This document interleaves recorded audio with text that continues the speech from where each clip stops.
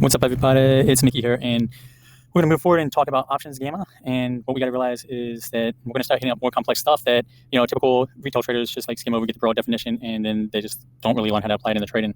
But with options gamma, you got to study it. And because it's one of the most significant structure flows within the equity markets. And in this section, we are going to dive right in and learn it from the market maker viewpoint. If you want to learn basic gamma, Google it, and you'll find a generic definition, and you just won't understand how it impacts your trading, right? Market gamma, if studied correctly, can be used as a predictive measure of the S&P price distribution. To explain the importance of the rest of the Greeks, I'll be explaining it from the side of the options market maker or dealer that is providing you the options which you're buying or selling. Why? Because during gamma intro, I gave you a brief overview about the GameStop situation and why it ripped as hard and as fast as it did. Most of that was because of the gamma squeeze. All right, but before we get into that, let's talk about the basics of gamma. So gamma is a delta sensitivity to a change in the price of the stock. So gamma is a derivative of the delta. We learned that in the delta section, that delta is not constant. When the price of the stock moves up or down, the delta changes relative to the moneyness of that option, right? We know that time, volatility, price movement in the stocks changes the delta. And although if it was only that simple, we would all be rich, right? However, we have to consider the rate of change in the delta, the tempo, the speed of the change. That is what gamma comes into play. Now, before we get into the effects of gamma in the market maker, we must discuss positive gamma and negative gamma. Positive gamma simply means that the market makers are long gamma calls, right? Or even short calls, meaning that they had call positions, right? And negative gamma is the put side of the house. There's a benefit, the long gamma or short gamma. What you got to realize is how to trade gamma exposures when they're high and when gamma exposures are low. All right, so let's talk about why, right? Remember when I described earlier in the course the reasons options were created, and we discussed one of the reasons being that act as an insurance and that people hedge their positions with options, right? Which is why short gamma isn't really that big of a deal. It's no better than long gamma. We just know that people buy puts to protect their stock positions in case of downside movement, right?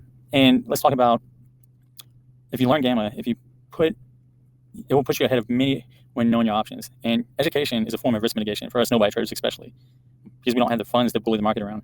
Market makers and dealers use options as a tool to flatten the risk of the trade. They do this by delta hedging.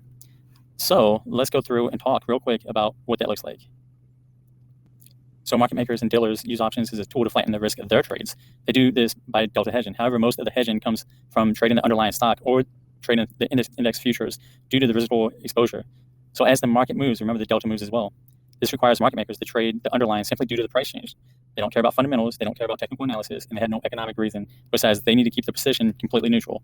Now this loop from the options trade will impact the underlying price action. Dealers use gamma to see the amount of delta hedging they have to do. When you buy a call, a market maker has to short the call and then delta neutral hedge. He has to go long with the underlying stock, the amount of deltas he shorted by providing you the calls that you bought off of him. Why doesn't he delta hedge with options? Well, let's think about it. Let's think about why he uses futures with the underlying stock. Let's say he's the option market maker or dealer for, let's say, Tesla or Apple, one of these high traded stocks, mega cap stocks, right? An investor wants to go long 1,000 calls on Apple, let's say. He wants to buy 1,000 calls on Apple at the money strike with a delta of 5.5. That would cost $200 per option. We know that the investor is buying the calls from a market maker who is shorting the 1,000 at the money calls to provide that liquidity to the investor. Now we know that market maker has a couple of options to delta hedge. He can either buy 500 shares of Apple's, which would be half of the money that would cost him if he delta hedged with options, right?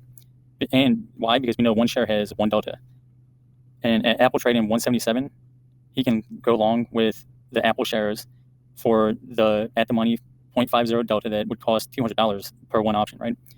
Or he can long the S&P futures for a very cheap cost that has a delta of 0.1. Now we know that the market maker makes his money from what is in between the spread. The difference between the bid and the ask is the amount of money that he makes, right, off of that trade. Now he has to delta neutral hedge the rest. Now as Apple and the S&P goes up, remember the market maker has a bearish position because he sold the call options to the investor. He can even possibly make some extra cash at a cheaper cost if he hedges using future contracts, because future contracts are priced different than options. Okay, back to gamma. Gamma is usually the highest at the money strike price on the next expiration date for the option.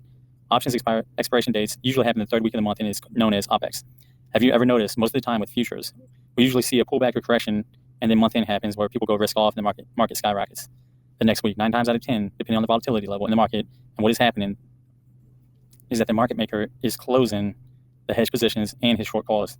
Depending on the liquidity available at OPEX determines if the third week of the month is going to see an increase in trading activity.